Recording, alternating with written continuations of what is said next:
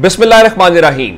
लाखों करोड़ों दुरूदो सलाम मोहम्मद मुस्तफ़ा सल्लल्लाहु अलैहि वसल्लम और आले मोहम्मद पर। मैं हूं उमर दराज गोंदल। आप जानते हैं कि 2 दिन पहले हमने ये देखा कि बुध वाले दिन सुप्रीम कोर्ट ऑफ पाकिस्तान के अंदर जब 7 जजेस बैठे हुए थे और अटॉर्नी जनरल साहब और काजी फायर ईसा साहब, बड़े शानदार माहौल, और लग रहा था कि पाकिस्तान एक आइडियल किस्म का मुल्क है, आइडियल किस्म की अदालतें चल रही हैं, आइडियल किस्म का रियासती और जमहूरी निज़ाम और हुकूमती निज़ाम है। फिर एक जज बोला और उस जज ने जब बोला तो किसी के पल्ले कुछ नहीं छोड़ा। उसने कहा देखिए बात यह है, इस मुल्क में सब कुछ हो रहा है लेकिन हम ये दिखावा कर रहे हैं, प्रिटेंड कर रहे हैं कि जैसे कुछ नहीं हो रहा, लेकिन इससे हकीकत नहीं छुप सकती। और वह जज जस्टिस अतर मिनल्ला थे। उसके बाद अटॉर्नी जनरल जो है उन्होंने बताना शुरू किया कि जब काजी साहब देखे ना आपके साथ हुआ था तो आपके मिसेस गई थी मुकदमा दर्ज करवाने, तो फलां फलां नाम दिया था तो किसी ने मुकदमा दर्ज नहीं किया था, तो वो तो बड़ी गलत हुकूमत थी ज़ाहिर है इमरान खान की हुकूमत। और काजी साहब हमेशा सुनना चाहते हैं कोई काम हो उसको किसकी हुकूमत थी, तो यानी काजी साहब वो पीटीआई की गवर्नमेंट थी। तो अब उन्होंने कहा देखिए सर अब हुकूमत आ गई है हमारी, तो शहबाज शरीफ की और हमारी हुकूमत जो है वो तो बहुत ही शानदार है, ऐसा कोई काम नहीं, अब तो बस अदालत के हुक्म के ऊपर अमल दरामद हो रहा है। ये फिर जस्टिस अतर मिनल्ला बोले, फिर जस्टिस मंदोखेल बोले, फिर जस्टिस मंसूर अली शाह साहब बोले। उन्होंने हवाला दिया, उन्होंने कहा अटॉर्नी जनरल साहब हम आपको नाम लेके केस का नहीं बताना चाहते, लेकिन बताना ये चाहते हैं कि इस अदालत ने, जो मुल्क की सबसे बड़ी अदालत है, उसने कुछ लोगों को जमानत दी। और आपको पता है कि आपकी इंतजामिया ने 3 MPO की आड़ लेके हमारी उस जमानत के ऑर्डर को हवा में उड़ा दिया और उन तमाम लोगों को गिरफ्तार कर लिया। अब ये कौन सा वाकया था?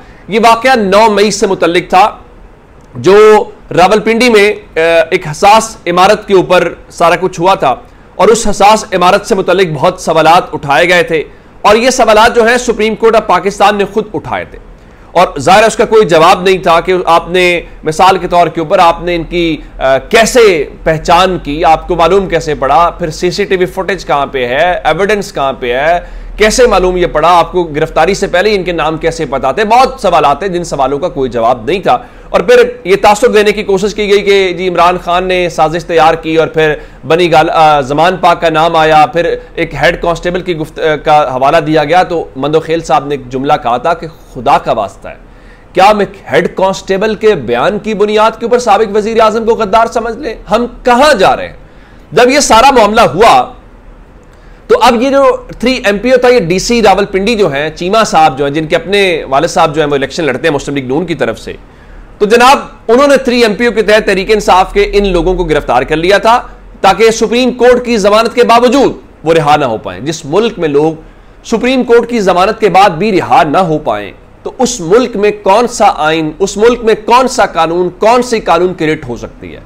यानी क्या सुप्रीम कोर्ट से बड़ी भी कोई अदालत मुल्क में है? जाहिर है कि सबसे बड़ी अदालत तो वही है। तो अगर उनकी भी ये वक़्त और ये हैसियत है तो फिर तो आप अदालतों को ताले लगाएं और वहां दही भले का ठेले लगा ले, यही आप कर सकते हैं। अब इसके ऊपर आज वो सुप्रीम कोर्ट की जो ऑब्जर्वेशन है, ये जो सुप्रीम कोर्ट के रिमार्क्स थे, वो काम आना शुरू हुए। कैसे? अब इसके ऊपर वो जो 9 मई से मुतल्लिक मुकदमा है और जमानत के बाद जिन लोगों को नजरबंद कर दिया गया था DC रावलपिंडी ने, उन कारकुनान जिसमें रिजवानुल्लाह, असदुल्लाह, अहमद अली, अबरार, आसिफ अली, रिजवान अजमत, सज्जाद हैदर, सोहेल ताहिर, उनकी नजरबंदी के अहकामात अब से थोड़ी देर पहले वापस ले लिए गए हैं वहां पे DC की तरफ से। और एडिशनल एडवोकेट जनरल ने Lahore high court Rawalpindi bench को इस बाबत आगाह कर दिया है और इस सिलसिले में तहरीक इंसाफ शिमाली पंजाब की जो सदर सिमाबिया ताहिर हैं, उन्होंने एक पिटीशन दायर की थी और इसको चैलेंज किया था, ये जो नजरबंदी है। तो उसको चैलेंज करने के बाद अब उस बुनियाद के ऊपर पंजाब हुकूमत पीछे हट गई है। अब इसका फायदा क्या है, या मैं इसको क्यों कह रहा हूं कि ये तो ज़ाहिर है इमरान खान के लिए एक तोहफा ईद से पहले। एक तो ये है कि उस जमानत की बुनियाद के ऊपर 9 मई वाली के ऊपर बाकी जो उस केस में सारे लोग हैं, उसमें ज़ाहिर इमरान खान और बाकी लोगों के नाम है, वो भी उसमें जमानतें मिलेगी, नंबर 1। नंबर 2, सुप्रीम कोर्ट ने उस बारे में जब ये कहा कि हमें इस बात का इल्म है, तो इन्होंने अब आइंदा जो आगे प्लान करना था, जिन लोगों को जिन जिन की जमानतें होनी थी उनको गिरफ्तार किया जाना था, तो उसके सामने भी रुकावट पड़ी है। अब ये मालूम पड़ा है कि सुप्रीम कोर्ट उस मामले को देख रही है, उसको ऑब्जर्व कर रही है। अब ये मामला फिर टेकअप होगा, फिर अटॉर्नी जनरल जाएंगे तो वो पूछेंगे भाई हमने आपको कहा था तो आप अटॉर्नी जनरल साहब क्या बताएंगे? बताएंगे सर वो हमने उस मामले को रिजॉल्व कर लिया है और हमने वापस ले लिया है। तो अब इस तरह से यही मामला, अब एक तरफ वाला ये मामला, जज साहब जरा तगड़े हुए तो ये मामला हल हो गया। अब एक किस्म का फिर उसमें मैं जरा और भी बता देता हूं, सुप्रीम कोर्ट ने जो जमानत इन लोगों को दी थी उसमें सुप्रीम कोर्ट ने तफसीली फैसला भी जारी किया है और लिखा है कि 9 मई के केसेस में मुल्जिमान पर लगाए गए इल्जामात उमूमी नौयत के हैं। और ये लफ्ज बड़ा इंपॉर्टेंट है। आगे लिखा 9 मई केसेस में रिकॉर्ड पर मौजूद शवाहिद जो हैं वो गिरफ्तार मुल्जिमान को हमेशा के लिए जेल में रखने के लिए नाकाफी है। यानी उन शवाहिद के ऊपर सवाल उठा दिया क्योंकि वो वाकई के दूसरे रोज ही गिरफ्तार हो गए थे। अब ये तहरीरी फैसला जो है वो तो आ गया है, लेकिन अब जब जज साहिबान जरा काम करने पे आते हैं तो फिर जज साहिबान कैसे काम करते हैं मैं आपको एक बताना चाहता हूं। हुआ ये कि समी इब्राहिम, आप जानते हैं कि जर्नलिस्ट हैं, उनका नाम ईसीएल में डाल दिया गया और उसके बाद अदालत ने यह पूछा कि आपने ये क्यों जो है वो अभी तक नाम नहीं निकाला या अभी तक नाम क्यों है। तो अदालत का हुक्म था, उसके बावजूद जो है वो 11 बजे तक जो सेक्रेटरी दाखिला हैं जो मोहसिन नकवी की वजारत के हैं वो अदालत में पेश नहीं हुए।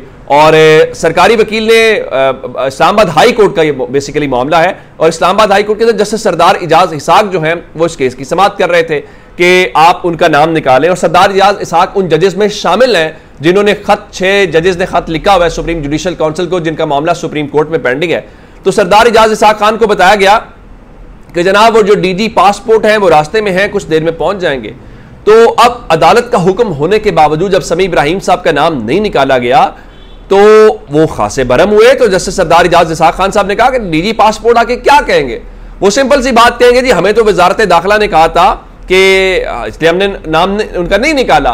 तो उसके बाद जज साहब को गुस्सा आया और जज साहब ने काबिल जमानत वारंट गिरफ्तारी जारी कर दिए उसके जो सेक्रेटरी दाखिला है और मुतल्लिका एसएचओ को कहा कि 2:30 बजे तक आप ये जो मौसूफ हैं, ये जो सेक्रेटरी दाखिला है, इनको गिरफ्तार करें, उनको गिरफ्तार करके मेरी अदालत में पेश करें।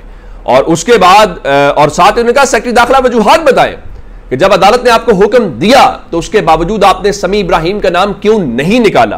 तो जब उनका जी अगर सेक्रेटरी दाखिला ने तसल्ली बख्श जवाब ना दिया तो फिर हम उसी वक्त, पहले तो सिर्फ यहां तक होगा ना कि उनको अदालत लेके आए, फिर हम यहीं से उनको गिरफ्तारी का हुक्म देंगे कि इनको जेल में डालें। जब ये सारा मामला हुआ तो उसके बाद जनाब फौरी तौर पे समी इब्राहिम साहब का नाम जो है वो निकाल दिया सेक्रेटरी दाखिला ने। और जैसे ही वो नाम निकाला तो उसके बाद क्या कहते हैं कि समी इब्राहिम वाली जो दरखास्त है वो गैर मौसर हो गई और यूं मोहसिन नकवी का जो सेक्रेटरी दाखिला है वो आज गिरफ्तार होते होते बचा। और जज साहब ने तो पुलिस भेज दी थी एसएचओ को कि जाओ उसको गिरफ्तार करके लाओ। इसी तरह से जज साहिबान करेंगे तो इस मुल्क में रिट बहाल होगी, इसी तरह से लोगों का एतमाद बहाल होगा। आपको याद होगा जस्टिस बाबर सत्तार ने जो डीसी और एसएसपी ऑपरेशन वाला मामला किया था, उसके बाद से आप देख लीजिए कैसे चीजें बेहतर होना शुरू हुई हैं। आज नाम निकल गया ना समी इब्राहिम का, आज डीसी रावलपिंडी ने नाम वापस ले लिए ना नजरबंदी के। जनाब ये जज साहिबान को स्टैंड लेना पड़ेगा वरना ये जंगल का कानून बन जाएगा, वरना ये मुहज्जब मुआशरा नहीं कहलाएगा। ताकत जंगलों में तो अच्छी लगती है, जंगल के कानून में तो अच्छी लगती है, मुहज्जब मुआशरों में ताकत से ज्यादा उसूल और कानून अच्छे होते हैं। और इसी वजह से क्या जो आज जदीद दुनिया है, जो तरक्की याफ्ता दुनिया है, जो मुहज्जब दुनिया है, वहां पे ऐसा ही होता है। कुछ सोच सकता है अदालत की हुक्म अदूली की? ये तो पाकिस्तान में वो सेक्रेटरी दाखिला की गिरफ्तारी का वारंट गिरफ्तारी जारी ना होते तो वो मौसूफ ने कभी इधर घुमाना था कभी उधर घुमाना था। अब उस हवाले से एक और भी इस तरह की खबर है कि इस्लामाबाद हाई कोर्ट की ही जस्टिस समन रिफत साहिबा हैं, उन्होंने डॉक्टर बाबर अवान का नाम ईसीएल से निकाल दिया। जस्टिस समन रफत साहिबा जो हैं वो भी उनमें शामिल हैं जिनका नाम उन जजेस में शामिल है जिन्होंने खत भेजा है। उसके बाद बाबर अवान जो हैं उनका नाम भी ईसीएल से निकालने का हुक्म जो है वो दिया गया है। अब आप अंदाजा करें कि इस वक्त क्या किया जा रहा है। मैं आपके सामने एक बात मिसाल देना चाहता हूं। रात को मैंने आपको ये खबर दी थी कि रावलपिंडी के अंदर पाकिस्तान तहरीक इंसाफ ने इमरान खान और जो दीगर रिहाई गिरफ्तार लोग हैं उनकी रिहाई के लिए एक दुआया तकरीब रखी थी। कोई एहतजाज नहीं था, कोई आप यूं कहें कि कोई जलसा जुलूस नहीं था, बल्कि आप यूं कहिए कि एक दुआया तकरीब थी। अब पाकिस्तान के अंदर क्या दुआ करना भी जुर्म बन गया है? क्या हम उस नहज के ऊपर पहुंच गए हैं? तो अब वो वाकई जुर्म बन गया। मैं उसकी मिसाल दे देता हूं कि अब इमरान खान समेत जो दीगर रहनुमाओं के लिए दुआया तकरीब का एहतमाम किया गया था, तो रावलपिंडी के थाना सिटी के एसएचओ सब इंस्पेक्टर जो सज्जाद अहमद हैं यानी पुलिस की मुद्दत में, सरकार की मुद्दत में अलीमा खान, सेनेटर सीमी जैदी और दीगर जो उनके लोग हैं, उन सब के खिलाफ जो सिमाबिया ताहिर समेत जो है उनके खिलाफ MPO और दीगर जो ज़ाब्ता फौजदारी के दफात हैं उसका मुकदमा दर्ज किया गया। और मुकदमा दर्ज क्या किया गया? ज़ाहिर जी उन्होंने रोड्स ब्लॉक किए हैं, यानी पाकिस्तान के अंदर एहतजाज करना, पाकिस्तान में खड़े होकर सड़क पे दुआ करना, उससे रोड्स ब्लॉक हो जाती हैं, उससे बड़ा जुर्म हो जाता है, तो उसके ऊपर मुकदमात दर्ज होते हैं। सिर्फ यहाँ तक नहीं है, जब ये जजेस वाला मामला आया तो पाकिस्तान तहरीक इंसाफ ने क्या किया कि उन्होंने जज साहिबान के लिए एक इजहार यकजहती किया, और उस इजहार यकजहती में हमने देखा कि कोयटा के अंदर भी एक रैली निकाली गई, और सिर्फ रावलपिंडी नहीं बल्कि अब खबर आई है कि BBC के मुताबिक कोयटा में भी जी बताया गया जी बगैर इजाज़त रैली निकालने के ऊपर पाकिस्तान तहरीक इंसाफ के जो सूबाई और मकामी रहनुमा है उनके खिलाफ पुलिस ने कौमी इदारों और हुकूमत के खिलाफ अवाम में नफरत पैदा करने के इल्जाम में मुकदमा दर्ज कर लिया। यानी जजेस के हक में रैली निकाली जाए तो इसका मतलब है कि इदारों के खिलाफ नफरत पैदा हो गई है, इसका मतलब है कि अवाम में हुकूमत के खिलाफ नफरत पैदा होगी। पहले अवाम कौन सी इस हुकूमत को फूलों के हार पहना रही है, तो वहां पे भी जो SHO पुलिस थाना सिविल लाइन है कोयटा के, उनकी मुद्दत में इस मुकदमे में दर्ज किया गया है, और उसमें दाऊद शाह काकड़ जो है, नूर खान खिलजी और रहीम काकड़ और दीगर जो लोग हैं उनको उसमें नॉमिनेट किया गया है। और बताया गया जनाब उन्होंने एक तो बगैर इजाजत के किया, फिर साथ लिखा कि ये रैली की वजह से शारा इकबाल और अदालत रोड पर ट्रैफिक बंद होने से अवाम के लिए मुश्किलात पैदा हुई। बिल्कुल ठीक है, रास्ते बंद नहीं होने चाहिए, और रास्ते बंद होने से लोगों के लिए मुश्किलात होती हैं, बिल्कुल ठीक है, लेकिन हुजूर अगर अदालतें बंद हो जाएं, अगर अदालतों का निज़ाम बंद हो जाए, इंसाफ की फराहमी बंद हो जाए, तो क्या उससे लोगों को मुश्किलात नहीं होती? तो वही हुआ जिसके ऊपर वो बाहर निकले और उन्होंने कहा कि हम ज़रा वो करना चाहते हैं इज़हार यकजहती रैली, और आपने उन्हीं लोगों के खिलाफ जो है मुकदमा दर्ज कर लिया। ये आपकी सरकार में ही हो सकता है, आपको क्या कहा जा सकता है। अपना बहुत सारा ख्याल रखिएगा, खुदा हाफिज़।